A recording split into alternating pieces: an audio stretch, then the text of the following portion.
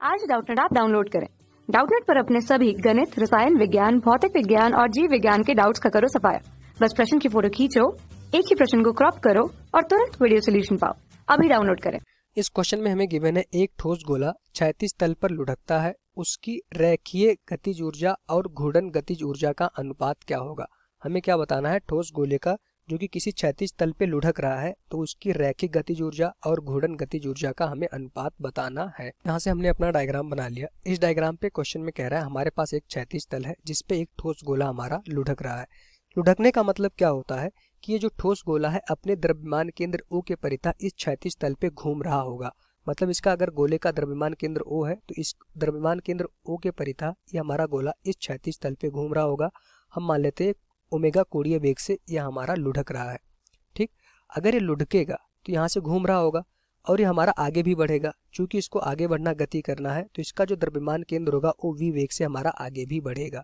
ठीक, तभी हमारा आगे भी बढ़ पाएगा और यहाँ से घूमेगा भी। तो अगर ये लुढ़क रहा है तो यहाँ से अगर हम देखें तो ये वाला बिंदु होगा जो हमारा गोला और जो क्षैतिज तल एक दूसरे पे जहाँ टच कर रहे होंगे, वो वाला बिंदु हमेशा हमारा क्या रहता है, स्थिर रहता है जब ये हमारा गोला इस क्षैतिज तल पे लुढ़केगा या फिर जब ये रोटेशन करेगा। यहाँ पे रोटेशन हो रहा होगा, क्यों? क्योंकि यहाँ पे देख पा रहे हैं ये हमारा गोला अपने द्रव्यमान केंद्र O के परितः घूम भी रहा है और ये आगे भी बढ़ रहा है v वेग से। तो इसका जो द्रव्यमान केंद्र होगा सिर्फ वो रैखिक गति करेगा। ठीक, क्यों? क्योंकि द्रव्यमान केंद्र तो नहीं घूमेगा, द्रव्यमान केंद्र हमारा स्थिर रहेगा, सिर्फ वो सीधी रेखा में रैखिक गति करेगा। और ये जो हमारा ठोस गोला है वो हमारा घूम भी रहा होगा और आगे भी बढ़ रहा होगा। तो इस तरह की गति को हम कहते हैं मिश्र घूर्णित गति और रैखिक गति। ठीक, तो यहाँ से कोई भी पार्टिकल आप लेंगे तो इस ठोस गोले के अंदर कोई भी पार्टिकल लेंगे वो हमारा v वेग से आगे बढ़ रहा होगा और वो ओमेगा कोणीय वेग से घूम भी रहा होगा। यही हमारा लुढ़कने का केस होता है। तो क्वेश्चन में पूछा जा रहा है जब गोला हमारा इस क्षैतिज तल पे लुढ़क रहा है तो उसकी रैखिक गतिज ऊर्जा और घूर्णन गतिज ऊर्जा क्या होगी, ये हमें बताना है। तो रैखिक गतिज ऊर्जा अगर देखें उसको लिख सकते हैं KT। KT मतलब क्यों? ट्रांसलेशनल, ट्रांसलेशनल मोशन मतलब रैखिक गति होता है। तो उसका मान क्या हो जाएगा, हाफ mv²। v क्या हो जाएगा, इस गोले का रैखिक वेग, और मान लेते हैं ठोस गोले का द्रव्यमान क्या है m और इसकी त्रिज्या अभी क्या है, r है। तो यहाँ से हमने देखा उसकी जो रैखिक गतिज ऊर्जा हो जाएगी हाफ mv²। अच्छा, v की वैल्यू अगर देखें तो उसकी वैल्यू कितनी हो जाएगी, r इंटू ओमेगा।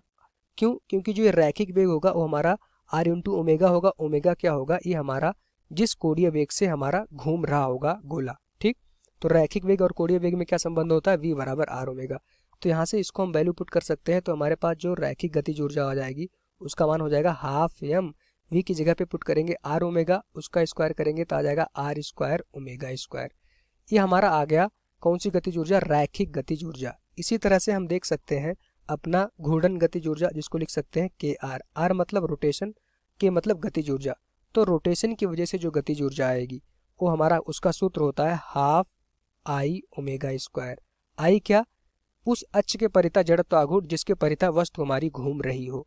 यहाँ से हम देख पा रहे हैं कि जो ये हमारा ठोस गोला अपने द्रव्यमान केंद्र के परितः घूम रहा है, तो द्रव्यमान केंद्र के परितः जो जड़त्व आघूर्ण होगा इस ठोस गोले का उसका मान क्या हो जाएगा, 2/5 mr²। ये हमारा सूत्र होता है।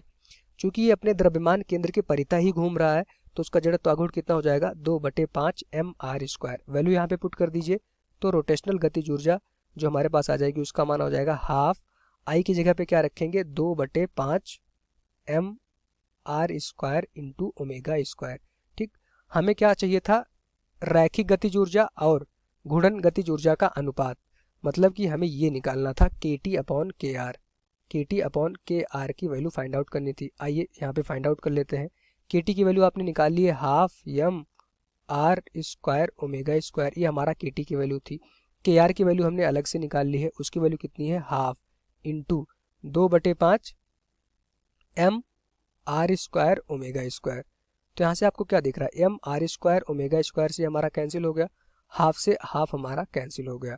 ठीक, तो KT और KR का जो अनुपात आया KT/KR उसका वैल्यू कितना आ गया, 5/2। यही हमारा इस क्वेश्चन का आंसर हो जाएगा।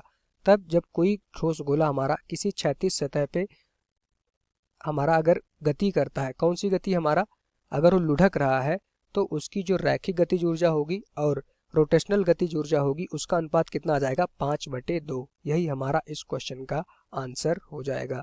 Thank you. कक्षा 6वीं से 12वीं से लेकर नीट, IIT, JEE वो एडवांस के लेवल तक 1 करोड़ से ज्यादा छात्रों का भरोसा। आज ही डाउनलोड करें डाउटनेट ऐप या व्हाट्सएप करें अपने सारे डाउट्स 8400 400 400 पर।